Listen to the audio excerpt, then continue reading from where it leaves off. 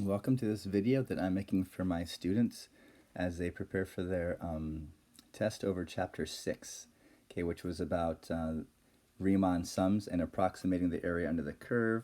It was about taking antiderivatives and the integral and the two fundamental theorems of calculus.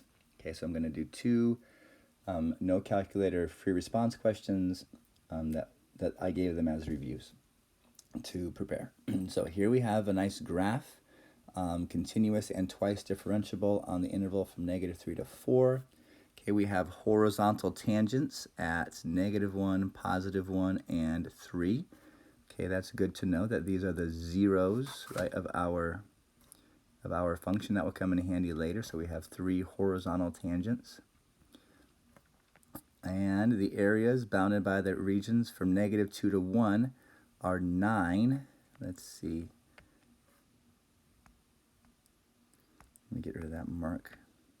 Are 9 and 12. Okay, so that's the right areas bounded by the x-axis in the graph. So that makes you think of an integral. All right, so I'm going to write that down over here. The integral from -2 to 1 of our function is 9, and the integral from 1 to 4 of our function is 12. Okay, remember areas is an integral. So the area of this region is 9 and the area of that region is 4. Okay, part A, find all the coordinates of which f has a relative max. Okay, so remember with the relative max, we want to look for when our function is changing from positive to negative.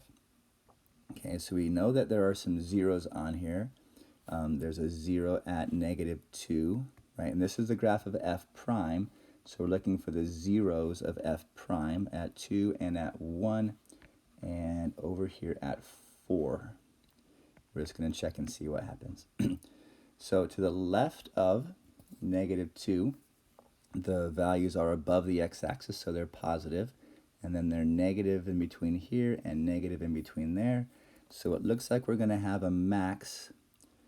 F has a relative max at x equals -2 because f prime changes from positive to negative there.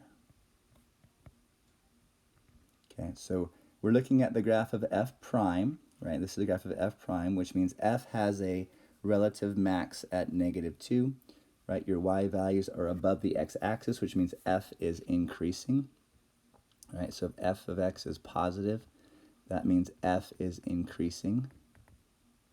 And if f prime is negative, that means f is decreasing. So basically it's decreasing everywhere except for from -3 to -2.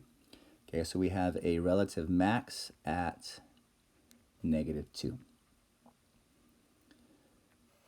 Okay, on what open intervals is the graph both concave down and decreasing? Okay, so concave down comes from the second derivative. We want that to be less than 0. And decreasing, we want our first derivative to be less than 0. Okay, so once again, from our given graph, we have -2 and +1 and 4. All right, those are your 3 zeros from f. And it was, once again, positive, negative, and negative. Right, so it was decreasing between -2 and 1 and decreasing from 1 to 4.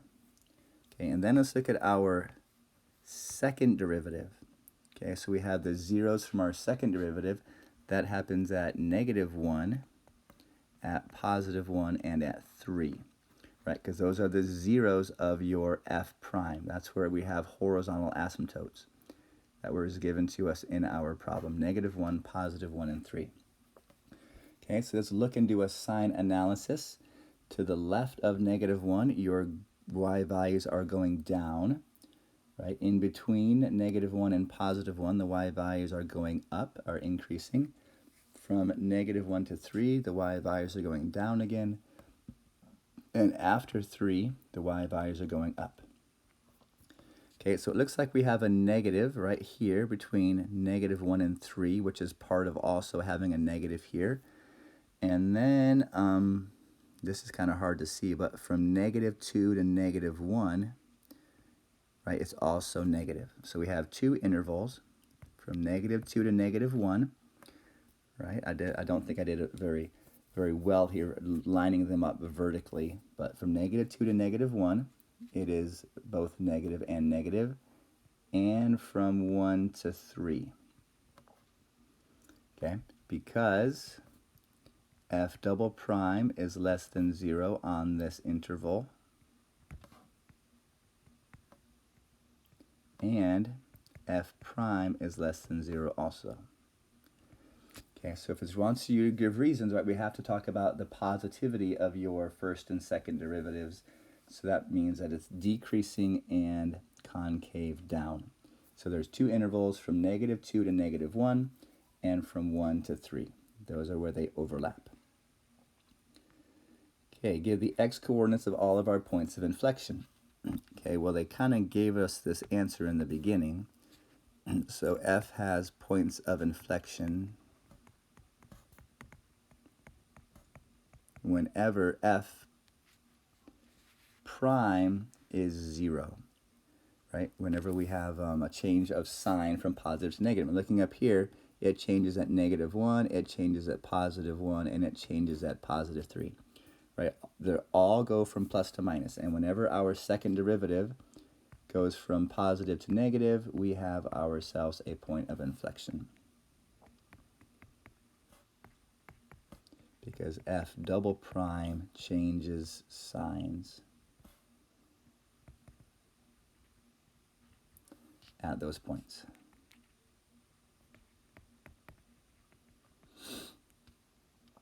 Okay, also known as f has relative extrema. Right, f prime has a max or a min. So wherever f prime has a max or a min, f double prime is 0, and you're going to have a point of inflection for f. Okay, they're all kind of connected in there. Given that f of 1 is 3, write an expression that involves an integral. Okay, so this is going to be our x value, right? No, sorry, not your x value, but your a value. We want this to be an a value for your integral. So we're going to write an interval from 1 to x, right? Because we don't know how much we're going to do. So from 1 to x of our function, well, actually, we want an expression for f. So the f has to come here, which means this is going to be f prime, which is good, right? Because we're given the graph of f prime. Sorry, this is kind of hard to see. So your f function comes here, and we're taking the integral of f prime, okay, because we were given an f prime graph. F of x is the integral from 1 to x of f prime. Okay, so now we're going to use that to find f of 4 and f of -2. So that means we're going to replace x in our integral with -4 and with -2. So f of 4 is the integral from 1 to 4 of f prime. Okay, let's see what they gave us. Some stuff at the beginning, right? What did they give us? 1 to 4 is 12. Right? 1 to 4 is 12.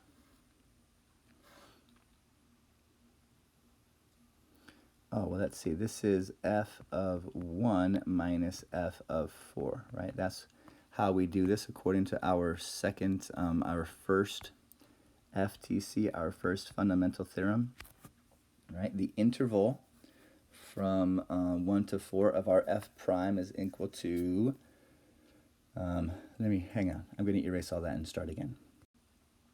Okay, so let me see if I can do better. So yes, we have this integral from 1 to 4 of f prime. Okay, and we evaluate that by doing, nope, that's not yet, by doing f of 4 minus f of 1, right? Because that's, let me go back. F of x, and evaluate that from 1 to 4. Okay, so now I can do f of 4 minus f of 1, right? This is what the fundamental theorem of calculus says, that the integral from 1 to 4 of our graph, in this case the derivative, is f of 4 minus f of 1. Okay, so now we were given up above that this whole thing was 12 units long, right? That was 12. From 1 to 4 is 12, yep. So that's where our integral, right? We can evaluate our integral, and that gives us 12. We don't know f of 4, but we know f of 1. We know f of 1 is 3. So minus 3. So when we add 1 to both sides, oh, hang on a second. 1 to 4, 9, and 12. Okay.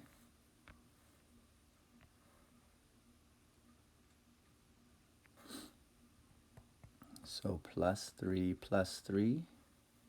that give us 15 as the value for f of 4. And we'll do a similar thing for f of negative 2. So we'll do the interval from 1 to negative 2. Right, and that is f of negative 2 minus f of 1. Okay, so remember, this is not how we have our interval, right? On our problem up above, we have an interval from negative 2 to 1, but this is the interval from 1 to negative 2. Okay, so we need to switch the sign of our area. So I believe our area was 9 up above. So in this case, we're going to have an area of negative 9, right? Let's go back and see. Yes, this says the area from negative 2 to 1. From negative 2 to 1 is 9, and we're finding the area from 1 to negative 2. Okay, the area from 1 to negative 2. So we're going to switch the sign and make sure that's a negative 9 equals f of negative 2 minus f of 1, which again was 3 from our previous information. So f of negative 2 is negative 6. Okay, so we use an integral on the last one, right? We set it up and use the fundamental theorem, part 1, in order to figure out what our y value is for any given f value. Okay, so f of x is the integral of our derivative function. Okay, that's an important thing to remember for your test. Okay, on to FRQ number 2. Okay, our second one here starts off with a table of Joanna, I don't care how you say it, of this lady running, and these are some velocities at different minutes. Okay, so we want to use the value in the table to estimate v prime at 16. So v prime at 16 is not in there. So right, so again, right, it says estimate, so we're going to use our I forget what it's called, but it's going to be f of 20. Sorry, not f. Let me use the right letters. Velocity of 20 minus velocity at 12 over 20 minus 12. Okay, so this is our average rate. So v of 20 was 240 minus 200 over 8, which is 40 divided by 8. Which is 5, and it's meters per minute, right? That's her velocity. So her average velocity at time 16 is 5 meters per minute. Okay, now notice I didn't tell you to use the units, but anytime we're doing an FRQ and they're giving you units and they want a value, you need to include the units. It's part of your points. So even though they don't ask for it, include units. Okay, using correct units, explain the meaning of the absolute value in this context of the problem. Okay, so the integral from 0 to 40 of the absolute value of our velocity, okay, is the total distance traveled. Right, if we take the area under the curve, that gives us the total distance traveled.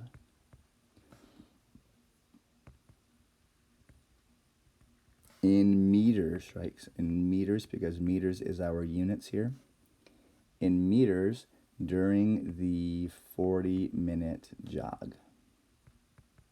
So when we're finding an integral, the area under the curve is the total, right? The total sum of everything that's going on here. So if she's talking about jogging in meters, then it's the total distance traveled in meters during the 40 minutes, right? Because that's what our limits of integration mean. Okay, so we have units of meters and units of minutes, right? We got both of our units in there. It's important that they say. And then it says approximate it using a right Riemann sum of 4 sub-intervals. Okay, right Riemann sum. So it's approximately v of t dt is approximately. So we have the first, let's see, 12, right? 12 is our first x value. So 12 times 200, right? The right Riemann sum, so we use the right endpoint. And then our next one from 12 to 20 is 8 times 240, plus our next time interval is 4 minutes times 220. Remember, it's the absolute value, okay, the absolute value of this. So not negative 220, but positive 220. Plus our next interval is 16 minutes long. So that's our next x value. And our right endpoint is 150. Okay, so when you multiply these all together, let's see, I can do that for us too.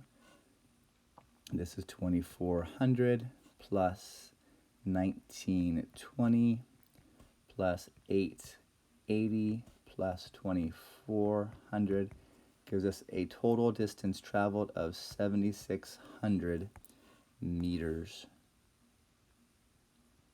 7,600 meters is her total distance traveled, right? 7.26 kilometers. Pretty good jog for this lady. Okay, now we switch over to Bob. Bob is cycling along the same path, and we're given an equation to model Bob's velocity for 0 to 10 minutes, I guess. T is measured in minutes, and B of T is minutes per meter. So finds Bob's acceleration. So acceleration is the derivative of velocity. So this is our velocity. So the derivative of B prime, right? AP Calculus wants to see that you know that the acceleration is the derivative of velocity. And velocity we're calling B. So that would be 3t squared minus 12t. Okay, at time when t equals 5, so we're just going to replace t with 5. Sorry if this yellow is not very good anymore. So 3 times 5 squared minus 12 times 5 is 75 minus 60, which is 15. So 15 meters per minute squared is his acceleration, right? Units for acceleration are meters per minute squared in this case. Okay, based on the model from part B, find his average velocity. Okay, so average velocity is equal to total velocity over total time. So we need to calculate Bob's total velocity. Okay, so we do that with an integral. We're going to find the area underneath the curve from 0 to 10 of his acceleration or his velocity function, right? Because the derivative, the antiderivative of velocity is position. So his position is the distance that he's traveled. So we're going to take the integral of our function, which according to our polynomials is t to the 4th over 4 minus 6t cubed over 3 plus 300t. So we're not going to worry about an initial condition in finding c. We're just going to evaluate this. Okay, so we have 10 to the 4th power over 4 minus 2, because 6 divided by 3 is 2, times 10 to the 3rd power plus 300 times 10. Okay, when we do this, we come up with 3,500. Okay, 3,500 meters was his total distance traveled in that 10. So that's what we have to do up here. Total velocity, total distance traveled is 3,500. Sorry, total distance divided by time is velocity. Divided by 10 means he had an average velocity of 350 meters per minute. Okay, so velocity is distance divided by time, right? Velocity is your rate. So the average velocity is your total distance divided by your total time. So we take an integral to find the total distance. Okay, we integrate to find the total distance. We take an antiderivative and then we divide it by 10 minutes, and that gives us our average velocity. So hopefully this has been helpful and you feel confident that you will do well on your test tomorrow. Have a great day.